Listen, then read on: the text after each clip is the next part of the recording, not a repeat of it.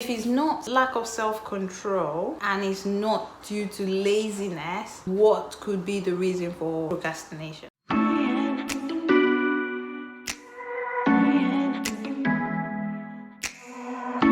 Hi guys, welcome back to my channel. So lovely to have you here. I am really excited that you've tuned in. My name is Carina, darling. I am the wellness blogger and vlogger, the face behind this brand. I love to share tips that I learn along the way. My focus are millennials who work in various capital cities across the world, and my aim is to help them navigate life stress-free. So today's topic is on overcoming procrastination, how to beat procrastination and how to get things done. I don't know if it's just me. I suffer from procrastination. I know sometimes people struggle to believe that. A lot of people that I know, because they see me as a very structured person, which to some extent is true. It's probably because I'm the eldest in my family, and somehow being an eldest child, you literally have to grow up. You look after your siblings, you look after yourself, and they look up to you. So there's that element of structure that is just embedded in your life as you're a kid and as you grow up. And again, secondly, I came to the UK at the very tender age of 16, 17.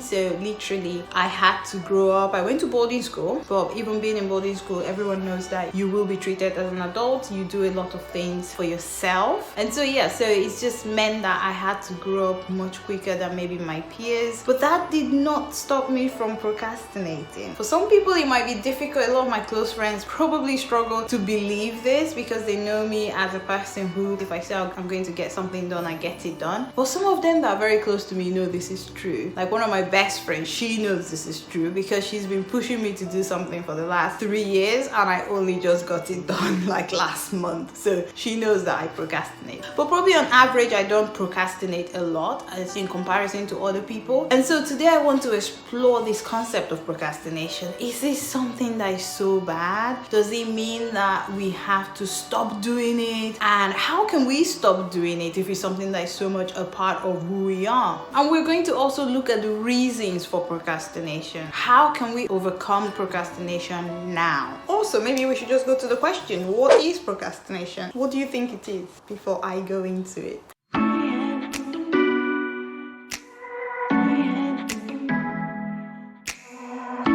So for me, I think procrastination is postponing something, saying that you'll do something tomorrow rather than getting it done today, or giving excuses why you can't do something and just pushing it to a future date. Perhaps tomorrow is the easiest to say, oh, it's just tomorrow, I'm going to be here tomorrow, so I'm going to get it done. So that's procrastination. And before I go into what we can do to overcome procrastination, I want to really debunk that myth that procrastination is a form of laziness. So I am also guilty of this. I'm not going to lie to you. I know I have told certain people who are very close to me, and even myself, that I am procrastinating because I am lazy, or you're procrastinating because you're lazy. And as I was doing research on this topic, it made me really dig deep to see that procrastination is not laziness. And when you think about it, it does make sense. And the reason it makes sense is that I wouldn't consider myself as lazy. Not that I am saying that I am not lazy, but just when I look at the things I do in a day and the things I do in a week or a month, I have so many tasks that I'm juggling at the same time. I have to-do list, I have things that need to be done, task list, all of this. And most times, 7 out of 10, I do all of those things I put on my list. So that gives me a very busy day. That means that my weeks are busy, my months are busy. Most people that work with me, my employees and people I work within my company, know that I'm not a lazy person. But then, why do I feel that I am lazy when I procrastinate? So if we're saying that procrastination is not laziness, is it lack of self-control is the other question and the myth that tends to come in. And I'm guilty of this as well. I usually say to myself, you need more discipline, Carina, you need more self-control, you need to be able to plan and execute tasks. And I also say this to other people that are closest to me. My husband would definitely agree that I say this a lot to him. You need self-control, you need discipline, you need to set set it and do it and put your mind to do it. But again, as I was doing this research, I'll be very honest, it's also not self-control and it's not discipline, because a lot of those people who have so many things going on in their lives, could we say they are not disciplined people? So like I'm saying today, so if it's not lack of self-control and it's not due to laziness, what could be the reason for procrastination? A study was done in University of Calgary in Canada, and this study proved that procrastination is due to negative moods. So negative moods that make us self-sabotage. So self-sabotaging is choosing not to do something that is going to propel me to the next step. So one could ask, why are we having this irrational behavior as human beings, deciding not to do something that is going to propel us to the next stage? And why are we choosing to go into these negative moods and these self-sabotaging steps to affect us from propelling to the next stage? And those negative moods are anxiety, boredom, frustration, feeling incapable, feeling that you're not in control, self-doubt, insecurity. These are just to name a few of those negative moods. Another research was done by a professor in Ottawa, which again is in Canada, and he concluded that procrastination is an emotion regulated problem rather than a time management problem. Gosh, these studies are just making it a lot more complicated, to be very honest. But are they really? And that's why I thought for us to discuss this today and to share with you, and I really am keen to hear your comments. Is procrastination an emotion regulated problem? Therefore, if I'm able to regulate my boredom, my insecurity, my frustration, my self-doubt, if I'm able to regulate those emotions, which are negative moods, negative emotions, it's not a problem of time management. It's not because I can't manage my time properly. It's not because I'm lazy. It's not because I don't have discipline and self-control. It's actually a bigger problem, and it's one that is within me. And so if I can handle my emotions in a better way, I will procrastinate less. Do you agree? I really want to know your comment below.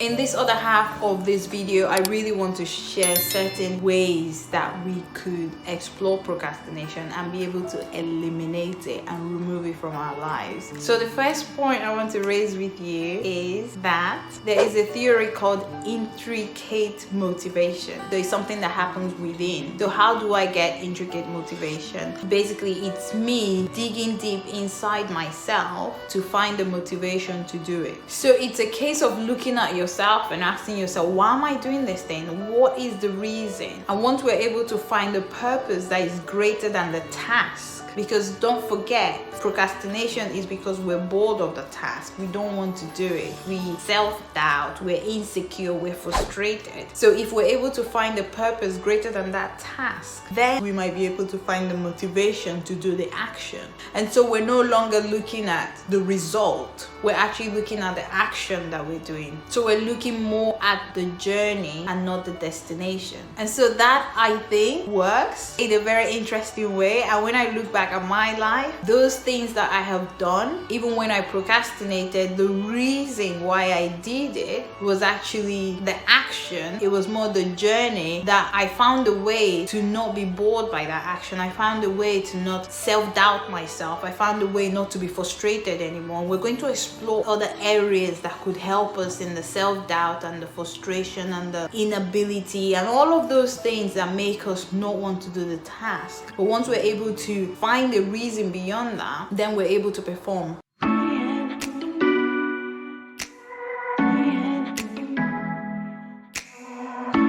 And so that leads me very closely to the next point, which is a vision. So I like to look at my life in short, medium, and long term. And so most times I set goals for myself and I say, oh, these are the things I would like to do in the next 3 to 6 months, in the next 1 year, in the next 3 years, in the next 5, 10. And so once I set those things and say to myself, these are things I want to fulfill and achieve, then those things are greater. They are visions that are bigger than me. And once I can actually find a purpose which is greater than my vision, so the purpose purpose in life is, who do I want to be? Who do I want to be remembered by? How do I want people to remember me? What sort of person do I want to be? And once I understand who I am, which is finding yourself and knowing yourself, then out of that will create a vision for yourself and where you want to go and the life that you want to live. And from that vision, I'll be able to tap into the motivation to make me do the actions.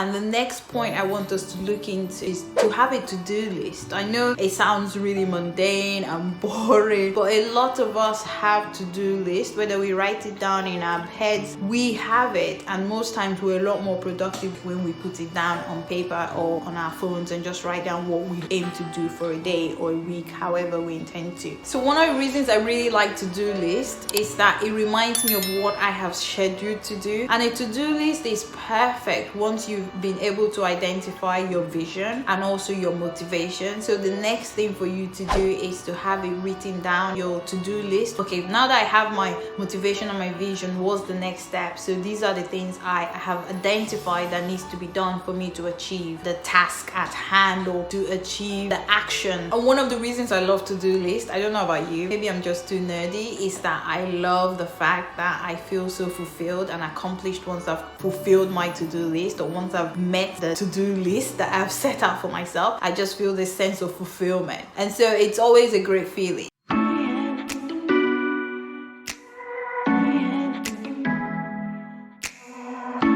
The fourth point I want to raise today is a habit. So forming a habit list. Remember I said procrastination is negative moods, and so I listed quite a number of them. I said frustration is one of the negative moods, self-doubt is one of the negative moods. A lot of times these two factors, which is self-doubt and frustration, come from an inability to do that thing that you've set out to do. So lacking the skills. I know that from my personal life that when I lack the skills to do something, I will tend to procrastinate. I'll tend to push it to tomorrow because I feel that I'm not able to do it. So a habit list is a really great place to start, because from there, once you've done the other three dimensions, a habit list is identifying what are those skills that you need to get that action done. So when you identify those skills, then you're able to say, okay, I need to change this. So it's changing your habit, changing the way you do something, changing the way that you go about something. And you would realize that once the skill is there, then the motivation also comes in, and you're even more excited to fulfill your vision. And you're no longer going to be bored by that action. You're no longer going to doubt yourself by that task. You're no longer going to be frustrated by it, because now you can do it. You have the skills to do it. So in effect, your brain is now rewired. So rather than looking at that thing as a boring task or something that you need to do that is really not fun to do,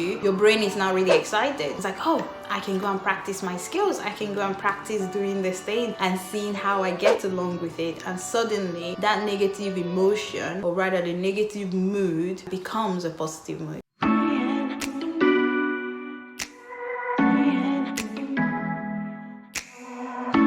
And the last but not the least point, which is my fifth point, is that incorporate dates for yourself. And in those dates, let them also be a time that you unwind, or time that you enjoy your life and enjoy yourself. Self-care is very important for you. So once you have those ideas that, oh, I'm going to look after myself, I'm going to take myself, once I fulfill this action, I'm going to take myself to do this. And if you're able to incorporate that, then your brain again rewires itself to, oh, this is going to be fun because this is what I am going to get. This is what the result will be. This is what I'm going to get when I get this done. So that's exciting. Of course, I'm going to reward myself. So yes, I'm happy, I'm eager to complete this so that I can go and do this. But also, when you book a date with yourself, it's also a time to reassess your vision and look back. So reassessing your vision, looking at it and seeing if it still aligns with where you're going. Do you need to tweak it here and there? Does something need to change? And be retrospective with yourself. Try to be very honest. You only have yourself to be honest to, so you may as well just be honest with yourself, and once you're honest with yourself, you see that you're honest to everyone else. So yeah, so be retrospective and look at yourself and ask yourself questions. Have I done this right? Could I have done this better? Is there something I could have added to this? Could I have finished this task a bit quicker? And that's in us becoming better people, growing, developing, flourishing in everything that we do.